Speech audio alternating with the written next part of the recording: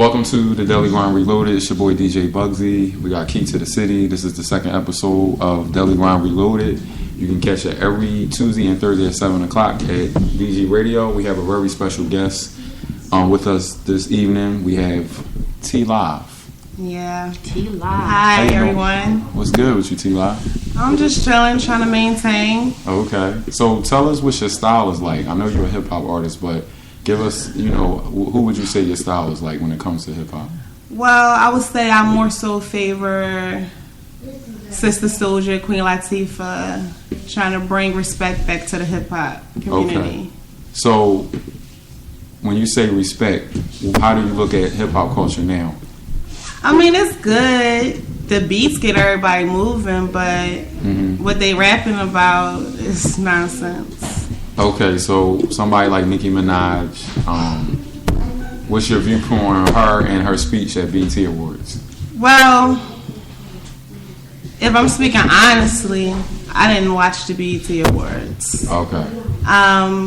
Nicki Minaj, I give her thumbs up because she's doing something with herself. Okay. But I wouldn't let my kids listen to her or watch her. Okay. I just think some of her words is real vulgar. Okay. And nasty for at least the youth that's growing up. Okay. So what's your lyrical content like? It's more so telling the story. It could reach females, it could reach boys, it could reach old people. Just telling a story of someone that went through the trials and tribulations of poverty, being poor, being on welfare. All the hurt and pain, that no matter how much hurt and pain you go through, you can still rise to the occasion. Okay.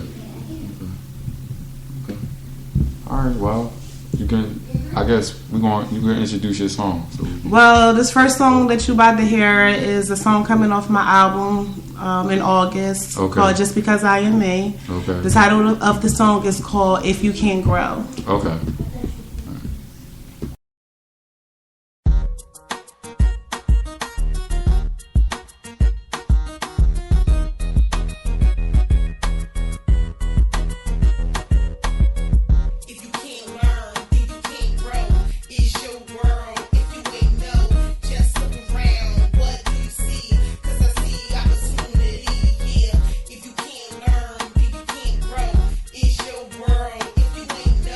Just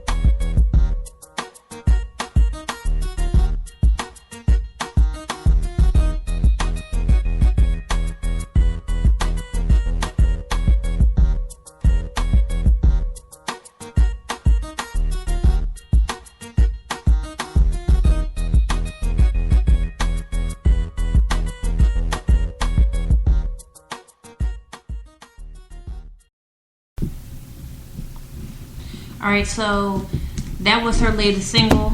I get what I take from it is that you're like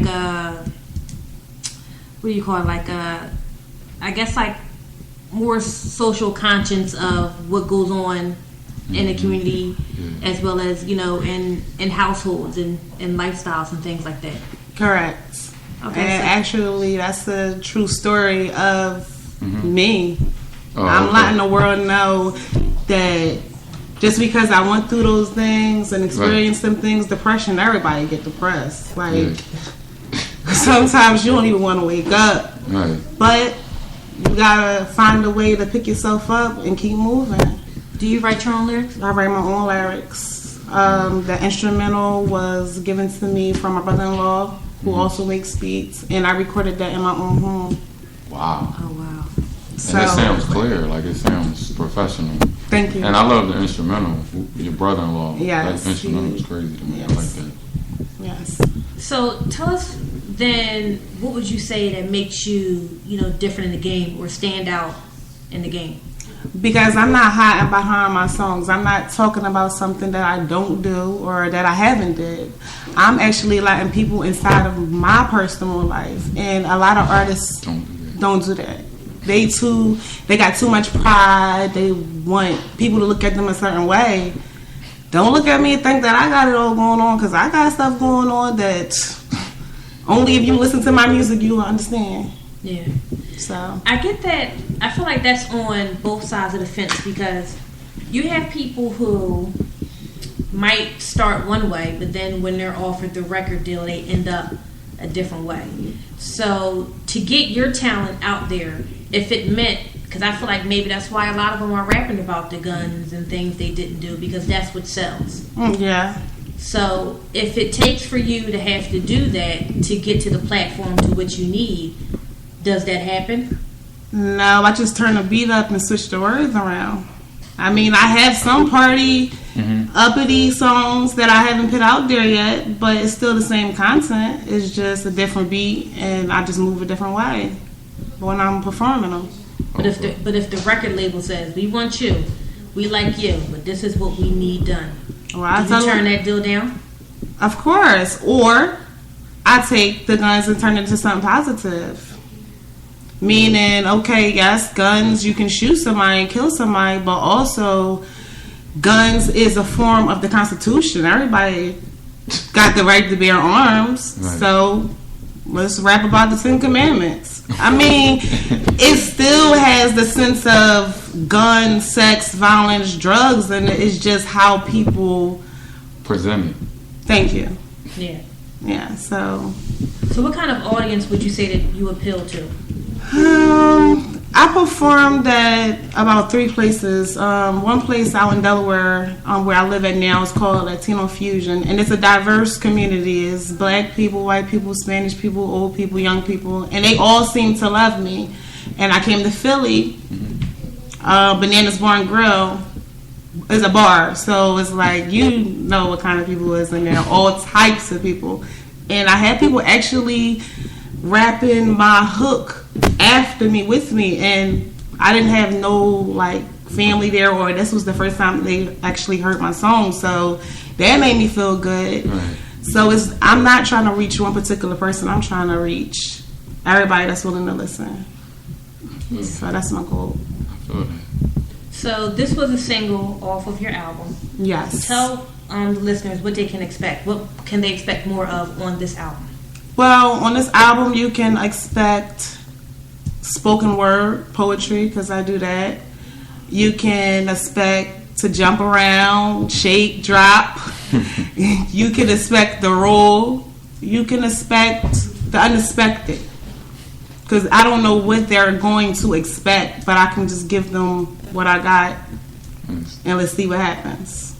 So what started first? Your love for rap, or to rap, or poetry, spoken word? Poetry started first. I've been doing poems ever since I was a little kid, and I never really took it serious. I always just wrote, got another book, wrote more, got another book, until I started actually listening to rap. And when I started actually listening to rap, I was like, well, maybe I could turn my poetry into a song. So then I started listening to the instrumentals, learning the counts, learning the beats, and that's what I did. I just pretty much turned my poetry into rap. So let me ask you this: so being as though hip hop is so saturated with the negativity, and there's not really a lot of conscious rappers like Nas or Common or even Black Thought from the Roots, from a female's perspective, who do you look to? Being as though it's barely any female rappers that rap that kind of way. Again, I would say Lauryn Hill. I would say Queen Latifah. I would say Sister Souljah. I would say back in the 90s. Okay. Today, It's not. I really wouldn't say nothing. Okay. Can we hear one of these poems? Sure. Or would you rather rap to a beat? What would you prefer? I could do both. Okay. I can go ahead and freestyle first, and then I could go ahead and spit a poem. Okay, so you do a poem first? I rap first because I'm more so into the rap than I am. Oh, okay. Oh wow! The Even though actual- you started doing Yeah. the spoken word, you're more into the rap now. Yeah. It takes over. I like how It's it definitely rolls taking off over. my tongue. Because when I do poetry, I'm more so in like a trance. I'm like not really connected with everybody. I'm just connected with myself. When I'm rapping, I'm like looking at you, I'm moving, I'm all into it. With poetry, it's just like you go into that dark place in your mind and you just Okay. I understand. go. So yeah, so let's hear some of this rap. I'm excited. Drop the beat.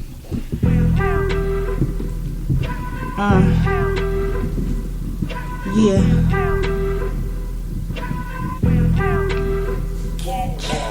I don't wanna live broke, I just wanna come up and stay put from the sun down the sun up. Yup, 24/7, get money more.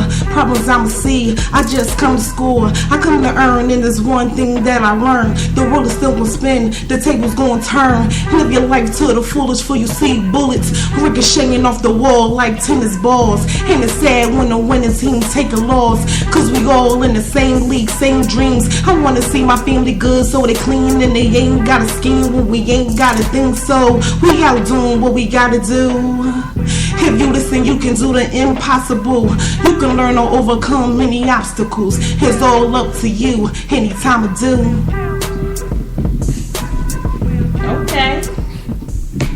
T-Live. Yeah. T-L-I-V-E. Queen of the Beehive. Oh, okay. T-Live, Queen of the Beehive. Yes. I like that. Where'd you get that name from? Well, actually, T-Live, I got it from my sister. We was talking about a name first. My first name was Gazi, but I had no idea what that meant. Yes. So then I started rapping, and I started really following my music and seeing what it was about. I was like, I'm a queen. And I put Beehive because I have children. I have a whole community. So Right, yeah. I'm like the leading lady. Of your community. Yeah. Okay. So that's how I put that together. All right. So you ready to do the spoken word? Yeah, I do the spoken word. Okay. Do you have to channel something different to do spoken word than you do? Yeah, it's a whole nother dynamics. So you gotta dig somewhere else. I gotta go a little deeper. Okay. Where rap is Crazy. like, but with poetry is. Well, let me ask you something about spoken word. Why is it that when people do spoken word, they always have the same inflections? Inflections meaning? Like how they sound in their voice. They always sound the same. You know, like if it was a bird and the plane. It's always right, isn't it? It's always the same with everybody when they do the spoken word.